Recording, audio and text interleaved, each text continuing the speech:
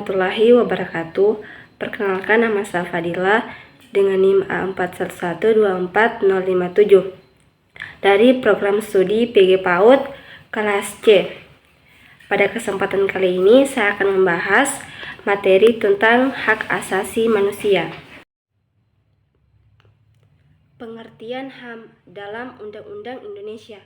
Menurut Muladi, HAM adalah hak yang melekat secara alamiah, inheren pada diri manusia sejak manusia lahir, dan tanpa hal tersebut manusia tidak dapat tumbuh dan berkembang sebagai manusia yang utuh. Karena keberadaan HAM yang begitu penting, tanpa HAM manusia tidak dapat mengembangkan bakat dan memenuhi kebutuhannya. Sedangkan dalam Undang-Undang Indonesia, definisi HAM di Indonesia dapat ditemukan dalam pasal 1 angka 1 Undang-Undang HAM yang berbunyi, hak asasi manusia adalah seperangkat hak yang melekat pada hakikat yang keberadaan manusia sebagai makhluk Tuhan yang Maha Esa dan merupakan anugerahnya yang wajib dihormati, dijunjung tinggi, dan dilindungi oleh negara hukum, pemerintahan, setiap orang demi kehormatan serta perlindungan harkat dan martabat manusia.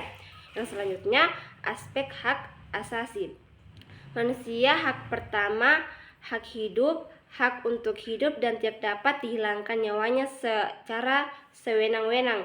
Hak kedua, hak kebebasan untuk bebas dari penampakan, penahanan, dan penyiksaan. Hak ketiga, hak kesetaraan, hak untuk diperlakukan secara baik dan tidak diskriminatif. Hak keempat, hak keadilan, hak untuk mendapatkan perlakuan yang adil dan tidak memihak. Kelima, hak kebebasan berbicara, hak untuk berbicara dan menyampaikan pendapat secara bebas. Yang selanjutnya, prinsip-prinsip HAM. Yang pertama, universalitas hak asasi manusia berlaku untuk semua orang tanpa memandang ras, agama, jenis kelamin, kebangsaan, atau latar belakang apapun. Yang kedua, kesetaraan dan non-diskriminasi. Semua orang memiliki hak yang sama dan tidak boleh diperlakukan berbeda hanya karena perbedaan tertentu. Yang ketiga, kebebasan dan martabat manusia. HAM menjunjung tinggi kebebasan individu dan martabat setiap manusia. Yang keempat, keadilan dan supremasi. HAM harus ditegakkan berdasarkan hukum yang adil dan tidak memihak, dengan perlindungan hukum yang sama baik semua orang. Yang kelima, tidak dapat dicabut, inalienable. Hak asasi tidak bisa dicabut atau dihilangkan, bahkan oleh negara. Yang terakhir, saling bergantung dan tidak terpisahkan. Semua hak asasi saling berkaitan dan tidak bisa terpisahkan satu sama lain. Hak sipil, politik, ekonomi, sosial, dan budaya saling mendukung. Yang selanjutnya, tujuan HAM. 1. Melindungi martabat manusia. Yang kedua, menjamin kebebasan dan kesetaraan. Dan yang ketiga, mencegah penyalahgunaan kekuasaan. Yang keempat, mewujudkan keadilan sosial. Yang terakhir, mendorong perdamaian dunia. Selanjutnya, implementasi HAM di Indonesia. Implementasi hak asasi manusia HAM di Indonesia merupakan bagian penting dari pembangunan hukum. Berikut adalah beberapa poin utama terkait implementasi HAM di Indonesia. Yang pertama, landasan hukum. Yang kedua, lembaga implementasi di lapangan. 4. Tantangan implementasi HAM. Yang terakhir, upaya perbaikan. Yang selanjutnya, tantangan dalam melindungi HAM, penerapan dan tantangan dalam penegakan HAM di Indonesia. Meskipun telah ada landasan hukum yang kuat, implementasi perlindungan HAM di Indonesia masih menghadapi berbagai tantangan. Beberapa isu yang kerap menjadi sorotan antara lain: 1. Pelanggaran HAM di masa lalu. Yang kedua, kekerasan terhadap kelompok minoritas. Yang ketiga, kebebasan berekspresi. Yang keempat, hak atas lingkungan. Selanjutnya, peran lembaga HAM.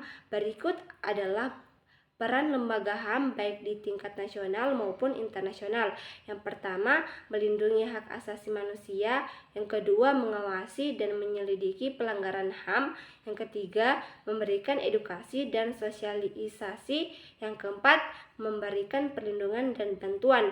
Penutup, HAM adalah hak setiap insan Indonesia. penegasan bahwa setiap warga negara tanpa kecuali berhak atas perlindungan HAM. Ada 2 pertanyaan mengenai materi hak asasi manusia. Yang pertama, jelaskan apa saja hak-hak asasi manusia yang utama dan apa saja kewajiban kita terkait HAM. Jawabannya, hak-hak asasi manusia HAM yang utama meliputi hak-hak asasi manusia, hak hidup, hak untuk hidup dan tidak dapat dihilangkan nyawanya secara sewenang-wenang. Yang kedua, hak kebebasan, hak untuk bebas dari penangkapan, penahanan dan penyiksaan. Yang ketiga, hak kesetaraan untuk diperlakukan secara setara dan tidak diskriminatif. Yang keempat, hak keadilan, hak untuk mendapatkan perlakuan yang adil dan tidak memihak. Yang kelima, hak kebebasan berbicara, hak untuk berbicara dan menyampaikan pendapat secara bebas. Yang keenam, hak kebebasan beragama, hak untuk memilih dan menjalankan agama atau kepercayaan. Yang ketujuh, hak atas pendidikan, hak untuk mendapatkan pendidikan yang layak dan berkualitas. Kewajiban kita terkait HAM yang pertama, menghormati hak orang lain. Kita harus menghormati hak-hak orang lain dan tidak melanggarnya.